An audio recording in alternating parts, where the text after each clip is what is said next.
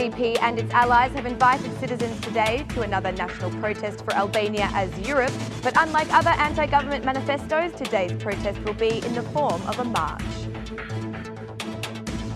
Justice Minister RTV Ora, on behalf of the government, has urged the prosecution to tighten up measures for those who affect the success of the elections.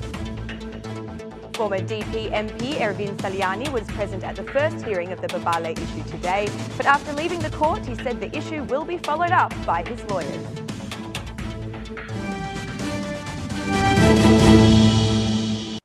It's 6:02 on Monday, the 13th of May 2019. Good evening and thank you for tuning in to RTV Ora's English edition. My name is Alexandra, bringing you the only daily update of the local Albanian news translated into English. The Democratic Party and its opposition allies have invited citizens today to another national protest for Albania as Europe. But unlike other anti-government manifestos, today's protest will be in the form of a march. Citizens have been invited to this protest march aimed at the protection of democracy and the detachment from crime as a means of guaranteeing free and fair elections, as well as responsible governance to respond to the well-being of citizens. DP Organisational Secretary Said Dolapi will not attend the protest because he is receiving intensive hospital treatment from severe wounds suffered during acts of violence which occurred during the protest on May 11. In the announcement that the Democratic Party sent to the police to alert them of the protest march, they asked state police officers to ensure they do not engage in provocation or acts of illegal violence against citizens.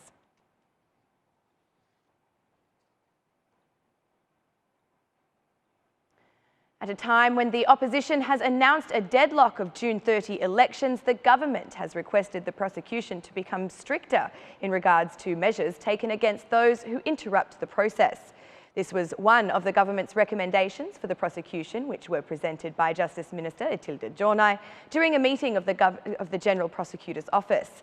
Minister of Justice RTV Ora, on behalf of the Albanian government, criticised the prosecution's work throughout the year 2018. During the submission of annual recommendations, Ora stressed that last year there was a significant decrease in the number of cases investigated and sent to court for the penal offence of corruption.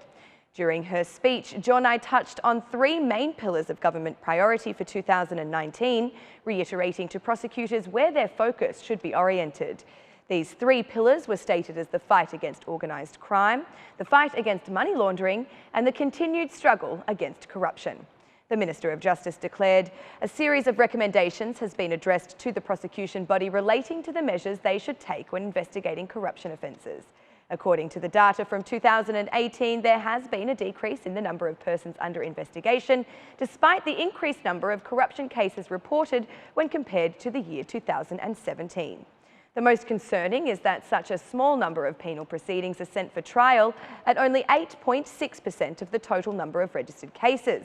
For this reason, the government has recommended creating a clear and concise record of investigations, penal prosecutions and punishments for all corruption allegations. Not only is this one of the European Union recommendations, but it also falls within the scope of implementation for justice reform, said Minister Ora. On the other hand, General Prosecutor Arta Marku welcomed the recommendations submitted by the government and asked the district prosecutors to take measures to enforce them. Recommendations are very important and prosecutors need to, among other things, conclude their daily work. In the implementation of the recommendations, the General Prosecutor has the obligation to issue general instructions, and so the General Prosecutor monitors the implementation of these instructions. It is for these reasons that we report to the Assembly at the end of each year, stated Marku.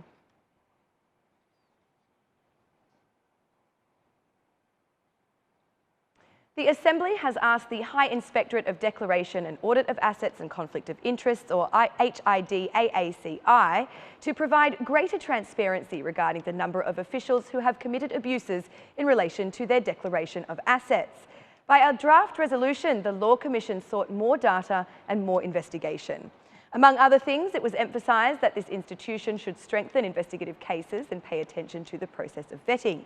The HIDAACI reported to the Law Committee in the previous meeting that 112 officials did not declare their property according to the requirements of the law, resulting in 53 penal reports.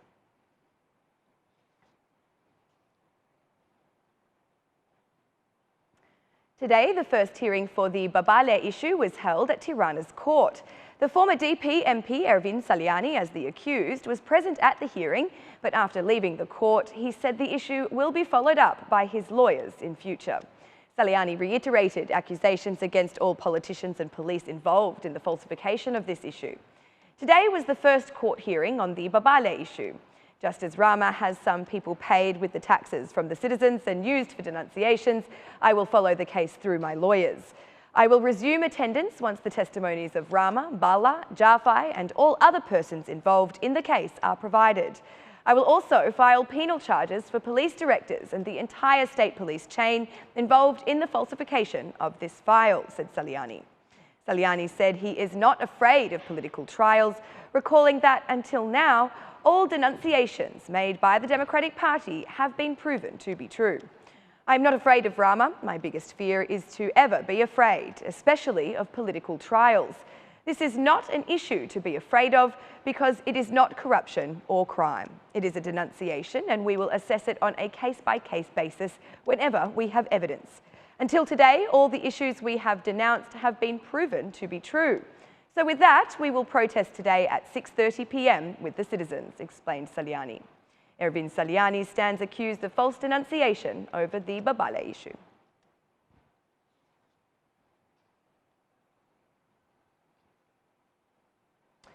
The bad weather accompanied by heavy rainfall has enveloped the biggest part of the country, a situation that is expected to continue in the next few days.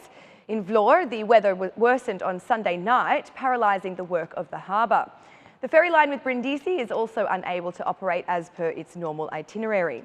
Fishermen and small boats are advised to anchor in safe shelters.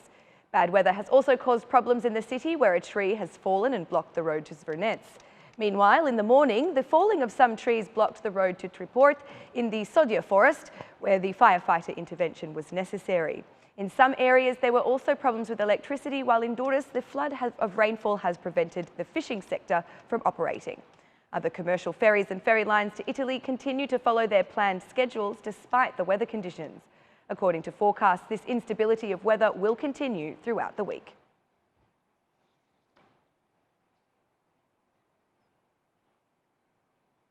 Prime Minister Edi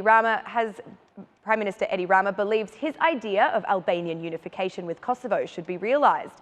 According to the head of the government, Albanians in Kosovo and Albania are brothers who live in two different states and need to be reunited. During an interview with Pink Television, Prime Minister Rama said that he saw unification as an appropriate step towards the EU. The Albanian Prime Minister claimed his commitment to becoming a region without borders. I do not want borders with Kosovo, Montenegro, Macedonia, Serbia. We should work to make this happen, said Rama. According to him, Serbia must face and recognise the reality that Kosovo is an independent and free state.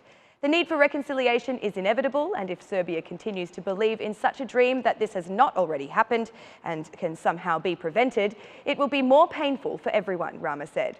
He added that he never spoke of the so-called Greater Albania and accused that it is a term designed to be used against Albanians. He said he believed that Serbs and Albanians could do for the Balkans what France and Germany did for Europe. The Albanian Prime Minister was also asked about the tax that Pristina is applying to Belgrade.